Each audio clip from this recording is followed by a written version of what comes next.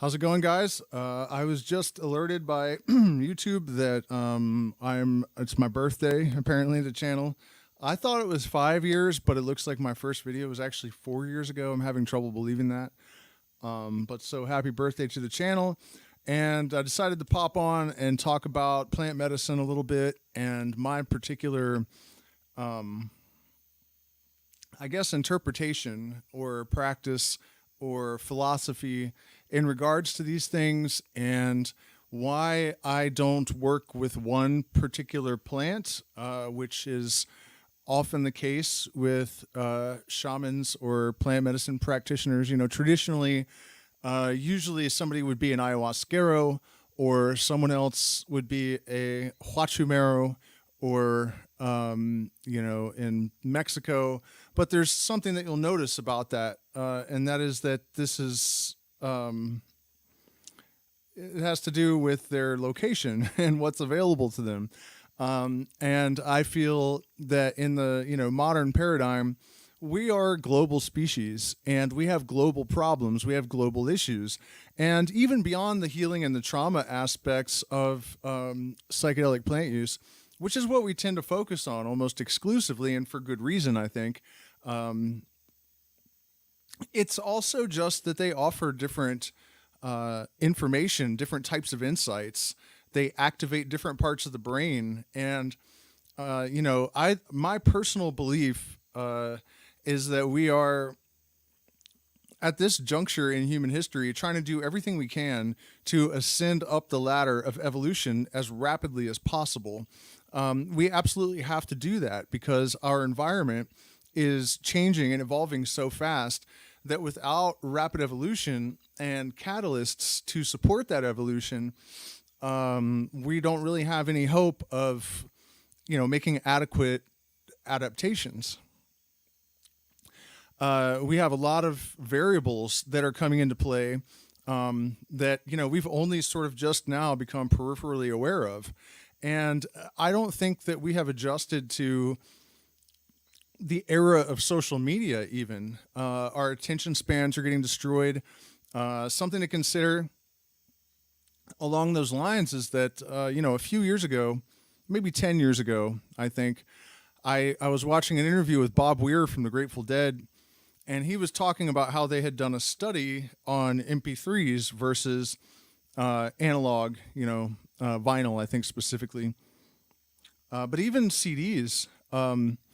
And because the music is basically chopped up into little tiny segments, and then it sort of hits the brain in this staggered, choppy sort of Morse code, there's like bits of sound and bits of silence, and it's happening so quickly that we don't consciously register it.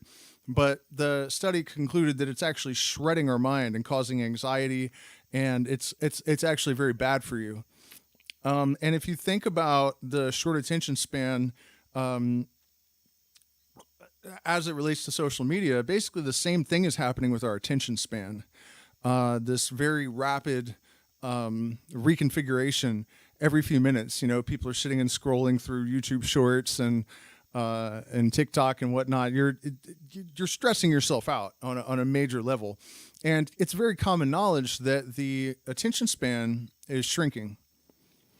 And so if you think about the path to enlightenment, or even, the shaman's ability to navigate a psychedelic space, the ayahuasca realm, or, actually high doses of San Pedro can be even more challenging because there's a tendency to become, to have blackouts, like momentary blackouts at higher doses.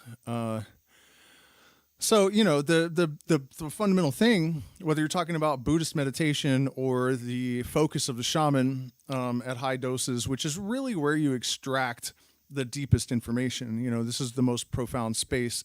You can think of it as a volume knob, or it's actually the reducing valve, I think, is the best analogy. And so the more direct your connection, the more information you're going to receive, and the greater clarity, right? But you have to have developed the presence of mind and the focus to navigate these spaces. And so the focus that comes from meditation. It's a stillness, and it is a continuity of awareness. And whether you're talking about listening to MP3s or any digital files of music, or scrolling on TikTok, or whatever it is, we're doing the opposite of creating a cohesive awareness. And that's what we need now more than anything, is a revolution. We need to ascend upon the ladder of consciousness. We need gnosis. We need exposure and connection to the universal mind and each other. We need syncretic solutions.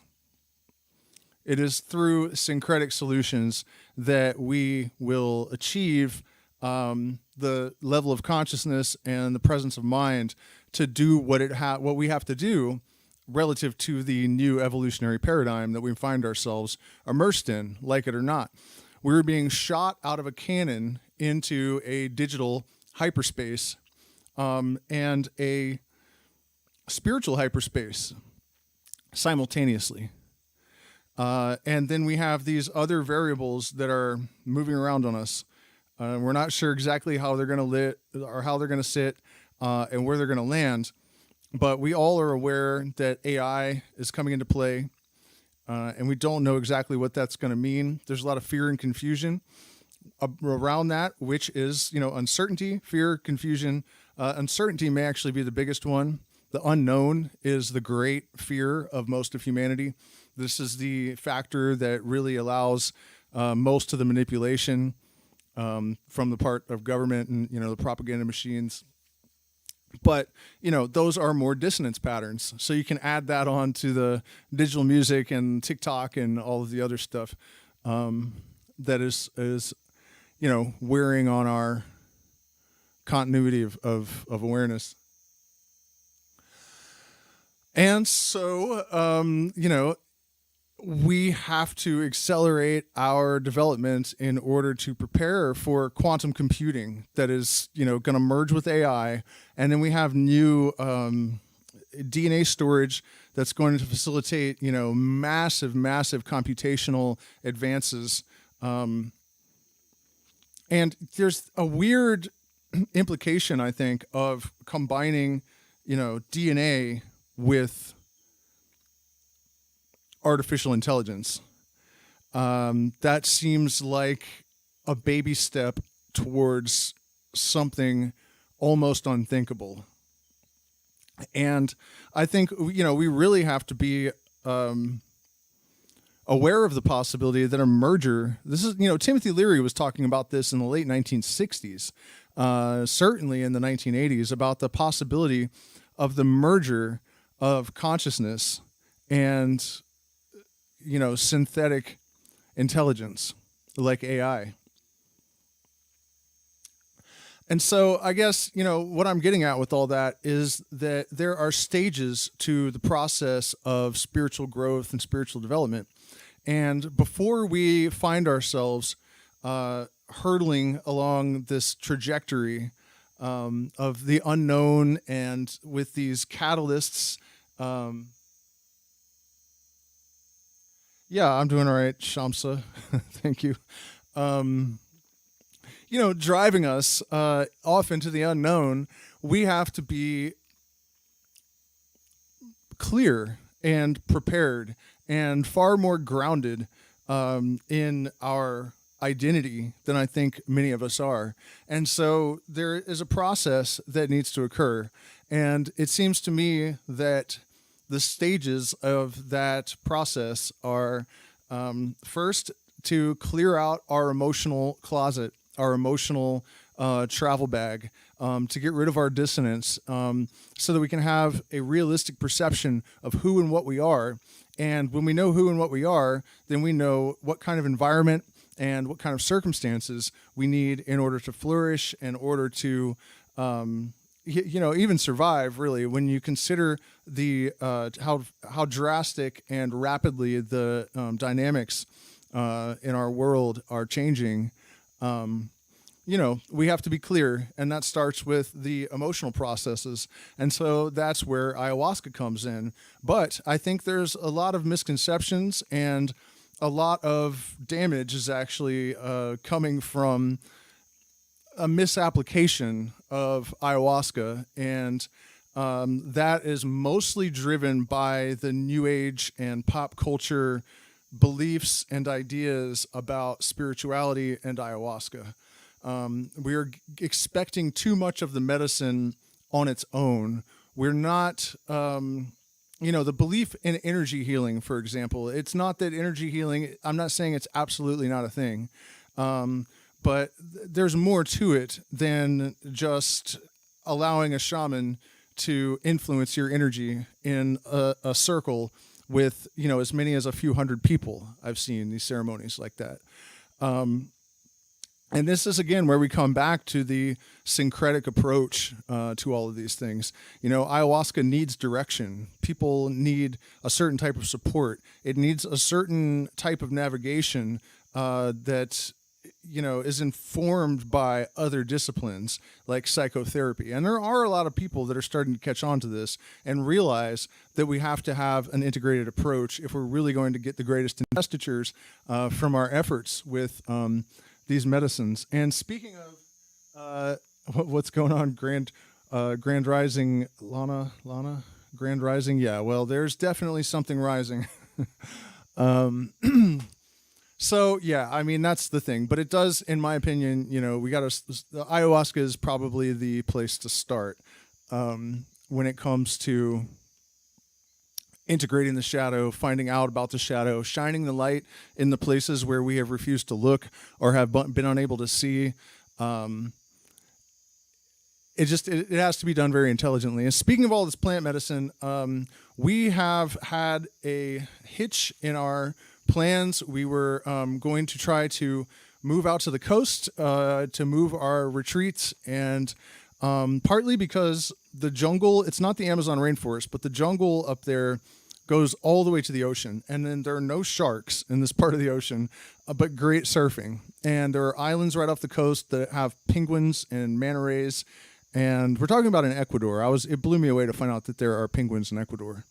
But on the islands out there, it's basically like the Galapagos, only it's only an hour from the shore in Ayampe. And so I found a site where they could host us, and apparently about 50 miles up the coast, there is a big cat sanctuary. So we're not talking about caged animals. We're talking about a very healthy population of the wild cats, jaguar and ocelot, and there's a few others, pretty small little things, ocelot, jaguar. Of course, there are mountain lions. I can't remember the name of this other cat.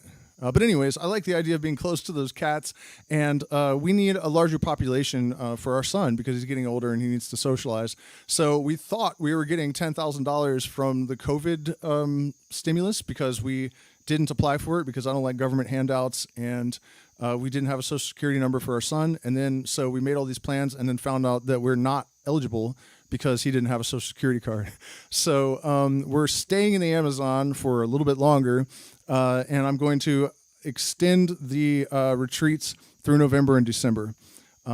So if you guys are interested in that, shoot me an email. And if you're unfamiliar, it's exactly what I'm talking about, a syncretic approach to plant medicine. And for those that are interested, I'm also teaching, Hermetic philosophy and ritual magic as it is practiced in the Eleusinian mystery tradition that's been passed down from Pythagoras, Freemasonry, and has become basically the Western occult tradition. And so to get back into our live stream current of conceptual continuity, so ayahuasca is the night and the emotions and the mystery and the feminine and all of these sort of things. But that's only half of the story, right? San Pedro is so much of the solar and the masculine and the cerebral, and almost like a outpouring or an inpouring of information. It can even be pretty overwhelming. I think that's, in fact, why people become overwhelmed. I see a question in the chat. I'll get to that as soon as I'm done talking about the Huachuma. It's so much so that, I personally had a vision of becoming a photon. And more than that, I was shown that consciousness and photons are the same thing. I don't know whether it's the consciousness that makes the photon or the photon that makes the consciousness, chicken or the egg. But this vision, that is exactly what was shown to me. And I was also shown that they're tesseracts. So they're shapes that move in the dimension of time as well as space. So you can never perceive the whole shape at once. It's not that it isn't there. It's just that it's moving through time as well as space. So it appears to be disappearing. And there are simulations on YouTube if you've never seen it. It's pretty wild concept. But anyways, I saw this sea of these photons, and I understood that they represented also the macrocosm of individual units of consciousness, what Leibniz called monads. And one of those was taken away for a second, and I'd ceased to exist. And so did the rest of the universe. And it was this huge lesson. But over the next year, I realized that this is a common vision. For the last time in my life, a guy talked me into just giving him some San Pedro and leaving him alone with his girlfriend. I was right next door, so they were instructed to send me a message if things got weird. And they did get weird, and they did not send me a message. So I just went back to check on them because I had a feeling about it. And when I found him, he was raving about the millions and trillions and millions and trillions. It's light, the millions and trillions and billions and trillions. And I knew exactly what he was looking at. And then there was a San Pedro shaman that happened to be walking around for some reason at the neighbor's property. And he heard that, and he goes, well, yeah, the medicine is basically a dialogue directly with the light, isn't it? So it's really quite an extraordinary thing to realize and understand that these medicines, although there's overlap in the way that they affect our consciousness and our perception and the kind of information and growth that they catalyze, to realize that they have such highly specialized functions in our nervous system is really quite miraculous, and it's extremely important. And so the juxtaposition or trading off, 3 nights of ayahuasca and then on the 4th day having a San Pedro ceremony, with a very structured sort of criteria that's met each and every night to set the stage for this rising sun. This is essential to balancing the development of the individual, right? Sometimes people go and they have 21 nights of only ayahuasca at a retreat. That's not necessarily a bad thing. It's not wrong. But my experience of that is that there is a much higher chance when these medicines aren't allowed to mediate each other, right? Because we're very complicated people. We haven't been living simple lives in the jungle in small villages and eating clean food and not taking pharmaceuticals and not consuming social media and not absorbing all kinds of weird traumas and neurosis and all this stuff from generations of misguided people, misdirected people, severe misdirection. That has all had a tremendous impact. And so, I think it's extremely important to integrate all of these medicines. And so balancing the emotional and the darkness and the mystery and the feminine with the cerebral and the bookwormy intelligence and the masculine, it's very underrated, especially because I think our culture has started to develop a kind of toxic attitude towards the masculine in general. And a lot of us are kind of forgetting what the function is.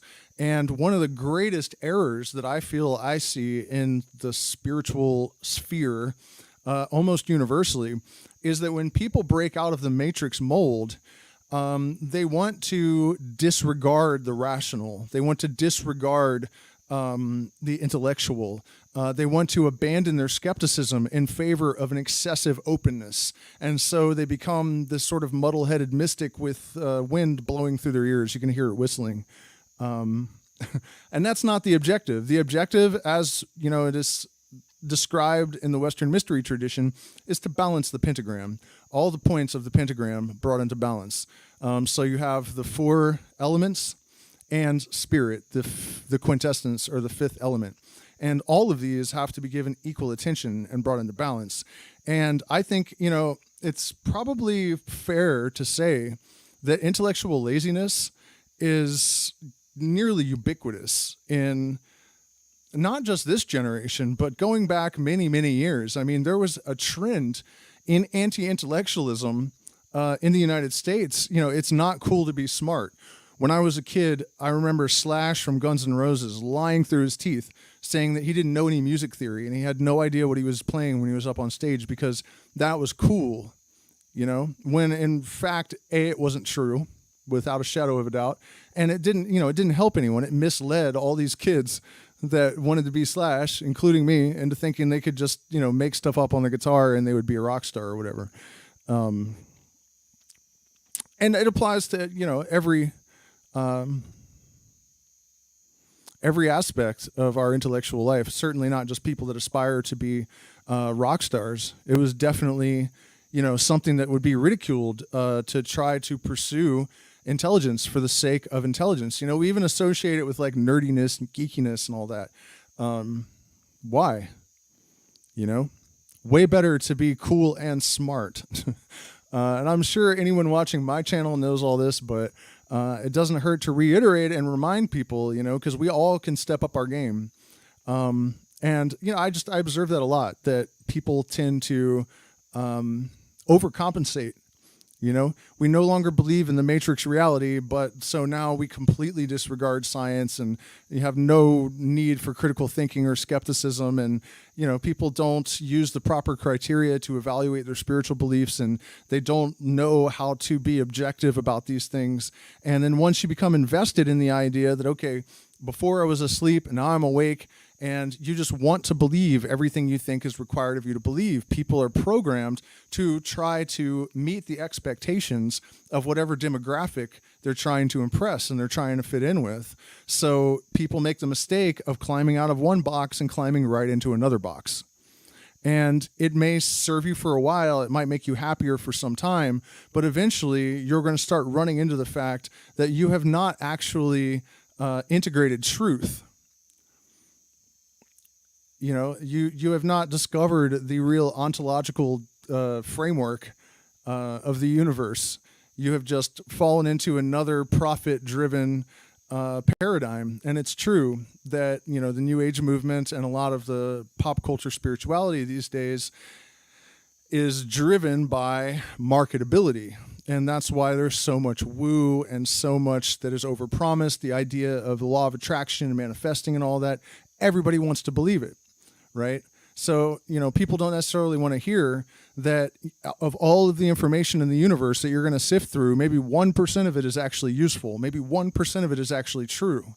And that if you're going to access these shamanic capacities of consciousness, and if you're ever going to experience telepathy and true synchronicity and not just projections, wish demons, you know, just wishful thinking, you're actually going to have to go through a lengthy process of deprogramming, of stabilizing emotionally, of self-discovery and self-knowledge, but also investigation and discovery of the external world and the external universe and actual knowledge so that you have a basis to build a meaningful foundation and a meaningful structure, right? It's a lot more work than pop culture wants to admit.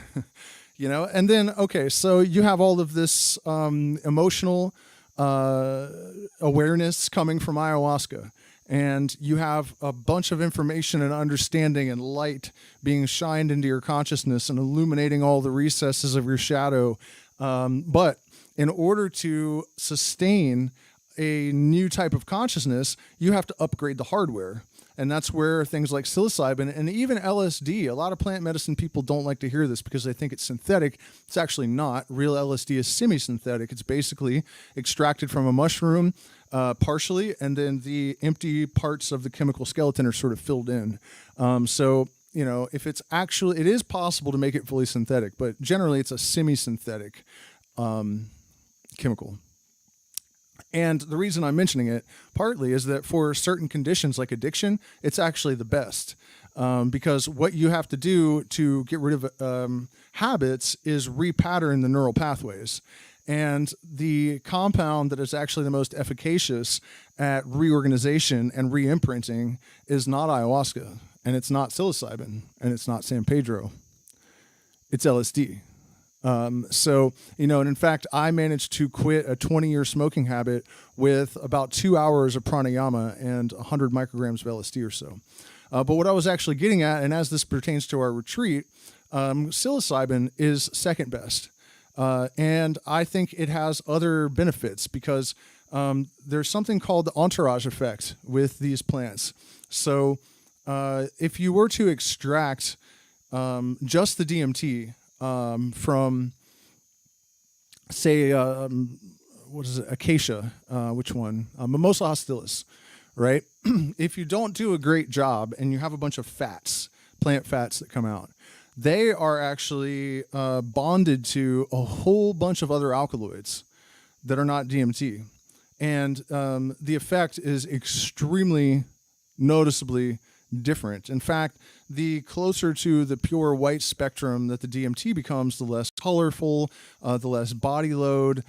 People tend to describe it as being more overtly spiritual, maybe a little bit deeper. But, this entourage effect is generally important in the process of healing.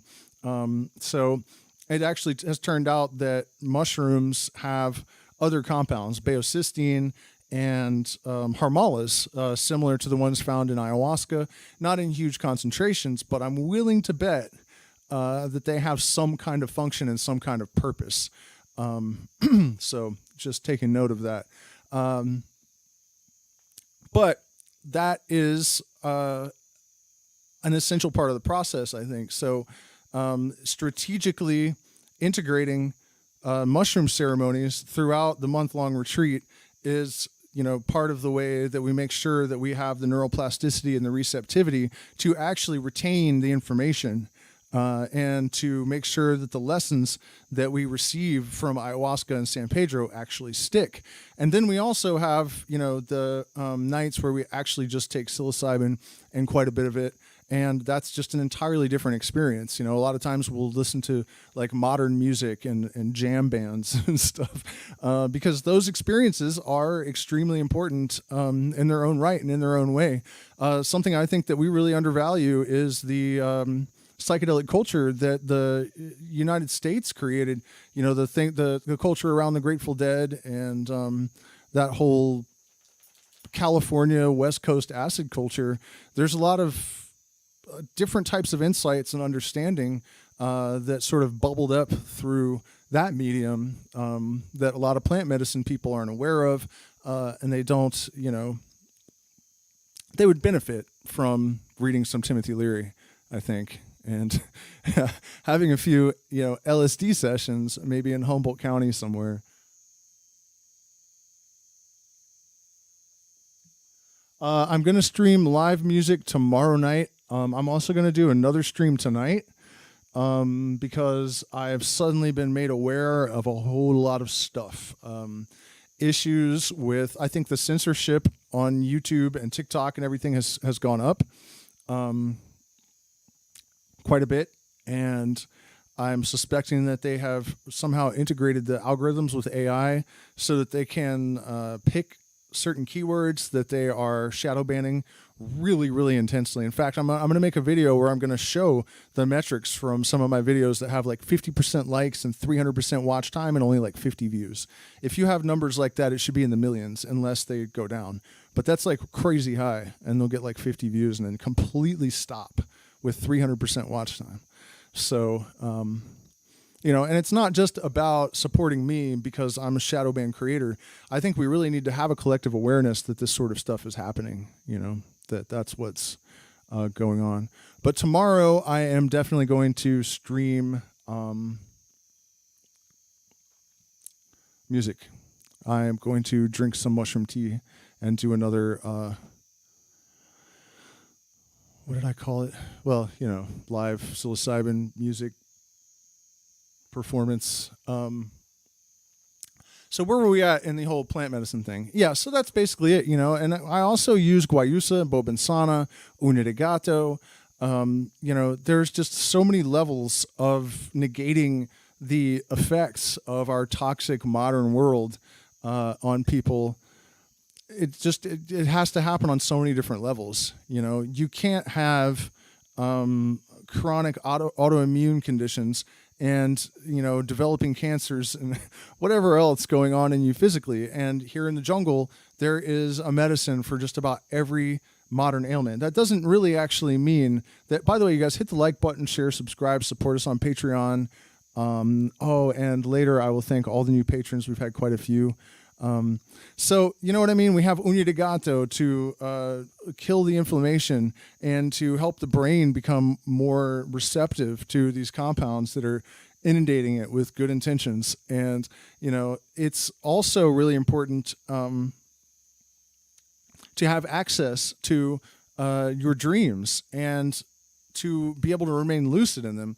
And bobensana and guayusa both facilitate that. So every day we drink a tea that has a small amount of psilocybin, uña de gato, guayusa, bobensana, sometimes chuchawasi, sangre de drago for some people, not for everyone. It depends on issues. If you have gastritis, then you might take it internally. It's just a little bit, it needs to be necessary if you're going to take sangre de drago internally, because you have to mitigate the it kills off all the bacteria, good and bad. So you have to have a plan for rebuilding those organisms and the fauna and flora of your microbiome. But yeah, thank you for reminding me that I was talking about lucid dreaming, because one of the things that happens invariably when people mix up all of their energy and emotions and their psyche with all of these different plant medicines, the dreams become really intense and really meaningful. So it is extremely helpful if you're able to remain lucid through this period of an enhanced dreaming life. And bobensana is extremely effective at that, as is guayusa, but I think particularly bobensana, which also has the added benefit of opening up the heart and helping to stabilize the emotions and create a more receptive state for people. In fact, if you prepare properly, when you put bobensana together with ayahuasca, it pretty significantly alters the character of the experience. There's a lot more pinks, and just the general aesthetic of the experience becomes almost like more feminine. They call her Sirenita, the mermaid, because she grows all along the shores of Robert Russer. You can make the resin from the cactus, but it's very difficult for people to offer it commercially because it's generally illegal to sell cactus paste and to import it into the United States. I mean, there are places that sell it for sure, but your risk is a little bit higher than, even with ayahuasca. Generally, ayahuasca pastes are sold without DMT. Because the harmalas are not generally illegal, but once it has the active DMT in there, you would actually be charged with the whole carrier weight of all of the paste. They would just call it DMT. And so that's not good. You don't want that. So yeah, bobensana, the mermaid, it grows all along anywhere where there's water here, sometimes along the roads too. Incidentally, I found this huge tree growing in Misawali. Actually, it's Quechua, so the double L is Misawali. Yeah, and it has almost the exact same flowers, and they look like gigantic bobensanas. And I still have not been able to actually ID them, but they, just like bobensana, only grow by the water. They're definitely not giant bobensanas. And the Quechua did tell me that they make medicine from them.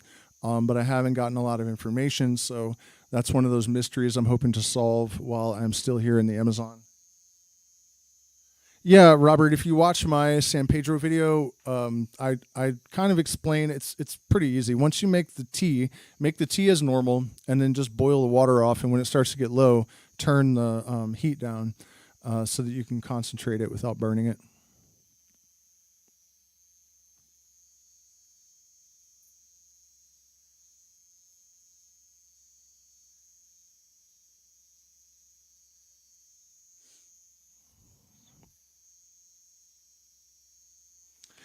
Yeah, mushrooms for medicine.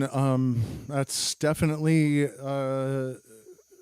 wise, no doubt about that. And when it comes to brain and mental health, but biologically, one of the tricks of the shaman is to go out in the jungle and look for plants that have physical characteristics that relate to something biologically. So Sangre de Drago, for example, is blood red, and it is the latex of a tree. And when you cut the tree, this red latex come out. It looks just like blood. Well, they studied it in a clinical setting, and it rebuilds. It helps the blood to rebuild damaged tissue like nothing science has ever seen before, and it defies belief, to quote the researchers. So you have this blood red substance that literally empowers the blood to do its job. And there's also a practice of drinking ayahuasca and going out in the jungle and looking around while the medicine is working. And you'll see maybe a plant transform into a snake. And then you know that that's the plant to make the snake bite cure out of. But even stranger, really, the plant that they use to treat the Dos Equis bite here, well, actually, Mimosa pudica, the sensitive plant that grows all by the sides of the road here, contains 5-MeO-DMT and also can be used to treat cobra bites. They use it in India to treat cobra bites. But the plant that they use here to treat the Dos Equis bites, it actually has almost the same pattern as the snake, and the skin of the plant kind of looks like the scales of the snake even, and then the leaf head kind of droops like the head of a viper. So that's the plant that they use if you get bitten by a Dos Equis. So it's really quite a remarkable thing. But what you're saying about mushrooms, the mycelium grows in very similar ways to our neurons. And so, a colonized cake of mycelium looks a lot like neural networks. So that tells us quite a bit. And the consumption of certain mushrooms definitely results in the almost mycelial networking of our physical brains. So it's really a remarkable thing to learn to speak the language of the universe. And I didn't really get into the Hermetic and mystery school knowledge that I use in my practice, and that I try to teach people as much as they're receptive to it.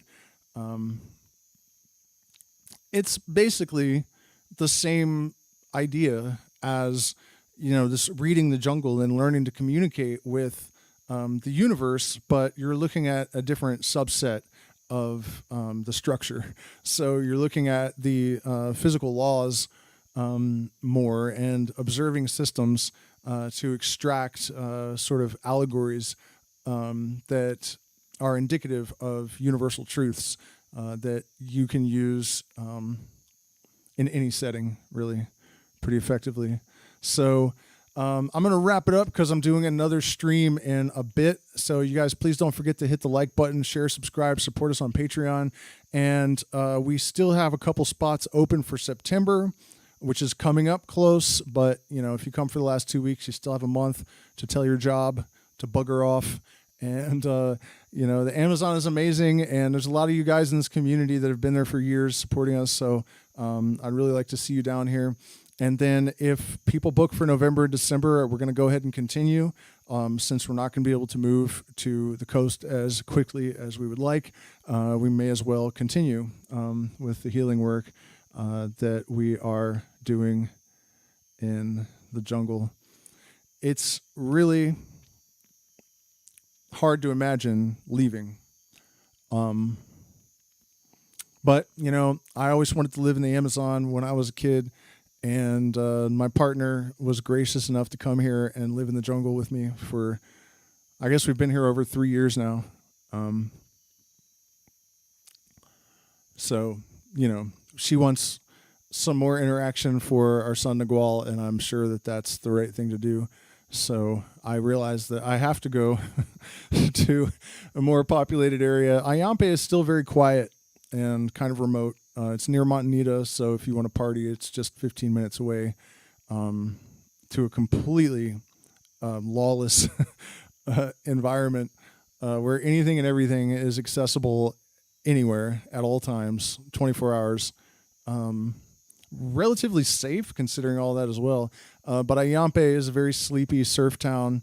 There's literally gyms all over the beach, agate that you can go and collect. It's probably actually worth a little bit of money even. I don't know about shipping it, but and there's tons of it, you know, and it comes in all different colors, and it's just crazy to just walk on this beach. It's just littered with all these semi-precious gems, and the ocean is right there. Somebody got a picture of a jaguar walking through the neighborhood. I mean, a video actually. A couple of years back when we were visiting, someone's back deck had a motion sensor camera, and a jaguar walked through their backyard and triggered it, so they got it on video. This is like right in the town, right in the middle of the town. And there's all kinds of excellent food, and it's just a really great place. So that is our objective. That's what we're working towards. If you support us through Patreon or PayPal or Zelle or any of those options, since we're demonetized and we get no support otherwise, that's what you're supporting at the current juncture.